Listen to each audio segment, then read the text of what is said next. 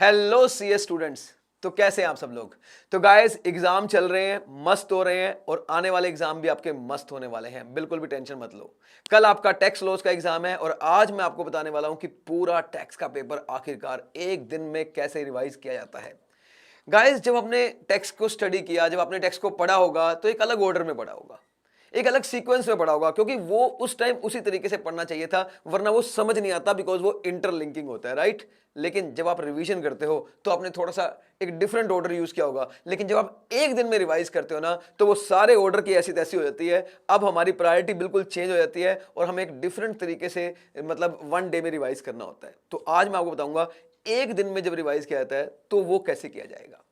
Sir देखो, अगर मैं आपको एक सिंपल सा सिस्टम बताऊंगा, अब आपको वैसे नहीं रिवाइज करना जैसे आपने पहले किया हुआ है। मतलब जैसे अगर हम सीक्वेंस में पढ़ना शुरू कर देना आज के दिन तो हम पक्का फंस जाएंगे।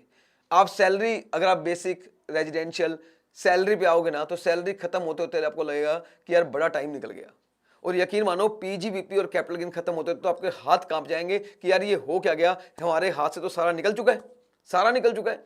तो भाई इस तरीके से आपको रिवाइज नहीं करना वन डे में, आपको एक अलग ऑर्डर में रिवाइज करना है और वो ऑर्डर मैं आप लोगों के लिए लेकर आया हूं। सबसे पहले हम उन चैप्टर्स को करेंगे जो छोटे चैप्टर हैं लेकिन जिनकी वेटेज अच्छी है, जिनके अच्छे खासे मार्क्स एग्जाम में आ जाते हैं। आइए मैं आपको बताता हूं how to revise entire tax law in one day.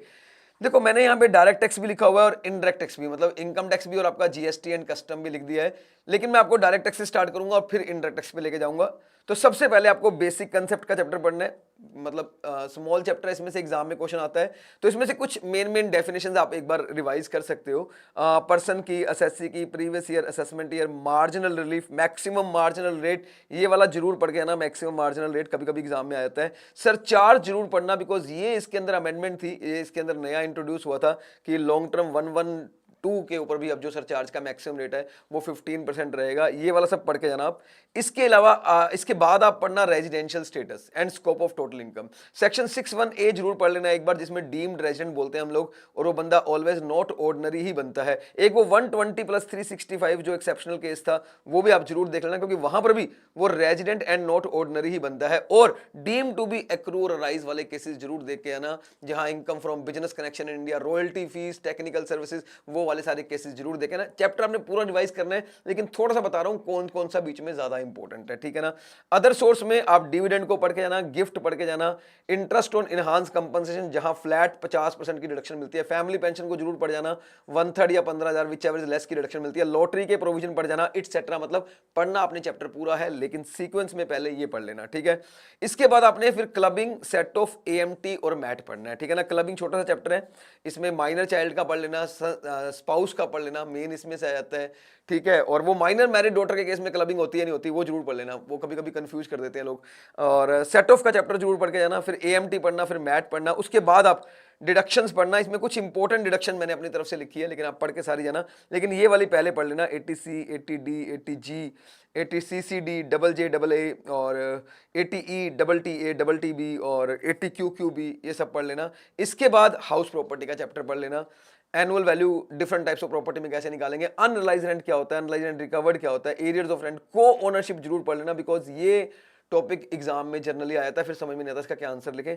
Deemed ownership section 27 पढ़ लेना, deemed to be let out पढ़ लेना, TDS, TCS, advance tax return, assessment, मतलब असेसमेंट प्रोसीजर वगैरह वो पढ़ लेना। और लास्ट में सर मैं बोलूंगा आप सैलरी, कैपिटल गेन और पीजीवीपी, ये वो चैप्टर हैं अगर आप शुरू में पढ़ेंगे ना तो जितने हमने देखे ना वो कोई भी नहीं पढ़ा जाएगा, यही रह जाएंगे। तो इनकी जो प्रेफरेंस है वो लास्ट में रखना। लेकिन मैं यहां बताऊंगा आपने करना क्या है, इस 7th पॉइंट के बाद ना आपने आईडीटी पे शिफ्ट करना है। सैलरी, पीजीवीपी और कैपिटल गेन चैप्टर जो है वो डीटी के लास्ट में नहीं पढ़ना, ये सबसे लास्ट में पढ़ना है, क्योंकि 7th पॉइंट खत्म होगा ना TDS, TCS, advance tax return, इसके बाद आप सीधा आईडीटी की तरफ शिफ्ट कर देना। आईडीटी में फिर आप पहले पढ़ना बेसिक कॉन्सेप्ट्स, मतलब इसके अंदर जो हमने बेसिक कॉन्सेप्ट्स के टॉपिक्स होते हैं, छोटे छोटे टॉपिक होते हैं, वो पढ़ लेना। सेक्शन 9 पढ़ लेना यार, इसमें ना इको वाला जरूर पढ़ लेना, क्योंकि इसमें एक नया पॉइंट भी था वो रेस्टोरेंट वाला, वो भी पढ़ लेना, मतलब इको वाला जरूर पढ़ लेना। इनवॉइस और टाइम ऑफ सप्लाई एक साथ पढ़ना, इनवॉइस और टाइम ऑफ सप्लाई एक साथ पढ़ना, बिकॉज इनवॉइस के बेस पर ही आपकी टाइम ऑफ सप्लाई आती है, तो ये दोनों एक साथ पढ़ना, फिर प्लेस ऑफ सप्लाई पढ़ लेना, और फिर कंपोजिशन स्कीम और वैल्यू ऑफ सप्लाई साथ में पढ़ना। ये इसलिए मैंने बोला कि कंपोजिशन स्कीम को हम कंपोजिशन स्कीम के तरीके से टैक्स कैलकुलेट करते हैं, और वैल्यू ऑफ सप्लाई में हम नॉर्मल तरीके से टैक्स कैलकुलेट करते हैं, मतलब सेक्शन 9 वाले तरीके से टैक्स कैलकुलेट करते हैं, यहाँ सेक्शन 10 वाले तरीके से कैलकुलेट करते हैं। तो वैल्यू सप्लाई का सेक्शन 15 होता है, बट इसके अंदर जो टैक्स की कैलकुलेशन होती है एक रेगुलर डीलर की जैसे निकालते हैं वैसे निकालते हैं, और कंपोजिशन में जो टैक्स की कैलकुलेशन है वो एक कंपोजिशन डीलर की जैसे निकालते हैं वैसे निकालते हैं। रिटर्न जरूर पढ़ना, इसमें QRMP जरूर पढ़ना, सेक्शन 37, 38 ये नए ड्राफ्ट हुए हैं वो एक बार जरूर देख लेना, वो जरूर देख लेना एक बार। पेमेंट ऑफ टैक्स पढ़ के जाना, फिर रिफंड पढ़ना, फिर ई-वे बिल पढ़ना, फिर कस्टम एक्ट पढ़ना, फिर कस्टम के प्रोविजन पढ़ना, फिर रजिस्ट्रेशन और ITC बाद में पढ़ना, और सबसे लास्ट में पढ़ना सप्लाई। आप बोलोगे सर सप्लाई तो बड़ा इंपॉर्टेंट चैप्टर है, लेकिन बहुत लेंदी है भाई, चैप्टर बहुत लेंदी। मैंने कोशिश करी है कि लेंदी वाले चैप्टर्स को बाद में रखा जाए, कहीं ऐसा ना हो कि इन्हीं के अंदर सारा टाइम वेस्ट हो जाए और आपको एग्जाम तक पहुंचने से पहले ऐसा लगे कि बाकी कुछ रिवाइज ही नहीं हुआ। तो रिविजन जब 1 डे बिफोर रिविजन होता है ना, 1 डे बिफोर रिविजन, वो आपको क्या कॉन्फिडेंस देता है कि सब हो गया ना, एक बार सब देख लेना ऊपर ऊपर से तो भी कॉन्फिडेंस आ जाता है। लेकिन अगर आप देख नहीं पाए, अगर आप एक बार भी उसको रिवीजन वाले दिन नहीं देख पाए, तो एग्जाम डेज में एक कॉन्फिडेंस का डाउन होना तय है। इसलिए भाई देख के सब जाना, लेकिन सीक्वेंस ये देखो करोगे यूज जो मैंने बताया है तो डेफिनेटली देख पाओगे। ठीक है, इसके बाद मैं बोलूंगा जब सप्लाई खत्म हो जाए ना, तो और सप्लाई के बाद मैं एक बात और लिखूंगा, इटसेट्रा, छोटे छोटे जो चैप्टर बच गए वो भी इसके अंदर कर लेना, UT GST और GST कंपनसेशन सेस वगैरह वो भी कर लेना इसके अंदर। और उसके बाद फिर सबसे लास्ट में आना आप सैलरी, कैपिटल गेन और PGPP के लिए, सैलरी, कैपिटल गेन और PGPP के लिए गाइस। तो ये मेरी तरफ से एक मतलब ऑर्डर तैयार किया मैंने आपको कि कौन सा पहले करना चाहिए और कौन सा बाद में करना चाहिए। यकीन मानो मतलब लास्ट 17 ईयर से मैं टीच कर रहा हूँ, 17 साल से मैं पढ़ा रहा हूँ, और 1 डे बिफोर एग्जाम की जो स्ट्रेटजी है वो ऑलवेज एवरी अटेम्प्ट इतनी काम आती है, इतनी काम आती है, स्टूडेंट इतना मतलब अप्रिशिएट करते हैं कि सर मजा आ गया, बिल्कुल ऐसे ही किया, और बहुत ही इजीली हमने सारा कुछ रिवाइज कर लिया, बहुत ही सारा कुछ रिवाइज कर लिया। सोचो ये 2 चैप्टर अगर लास्ट में एट लास्ट मोमेंट मैं बोलूंगा रहेंगे नहीं, मान लो किसी कीमत पर रह भी गए अगर, तो आपको लगेगा कि यार शायद 15-20 नंबर का पेपर रह गया रिवाइज होना। लेकिन अगर आपने इन 2 के चक्कर में बाकी छोड़ दिया तो आपको लगेगा कि 60-70 हमारा रिवीजन करने से रह गए। तो ये सबसे लास्ट में रखना, मेरी एडवाइस यही है, सबसे लास्ट में रखना। तो बाकी गाइस 8 तारीख को मतलब कल आपका एग्जाम है, बेस्ट ऑफ लक मेरी तरफ से, और चक दे फटे यार, हम पंजाबी में एक कहावत है, बस मोटिवेशन का हमारे लिए एक ही वर्ड है, चक दे फटे।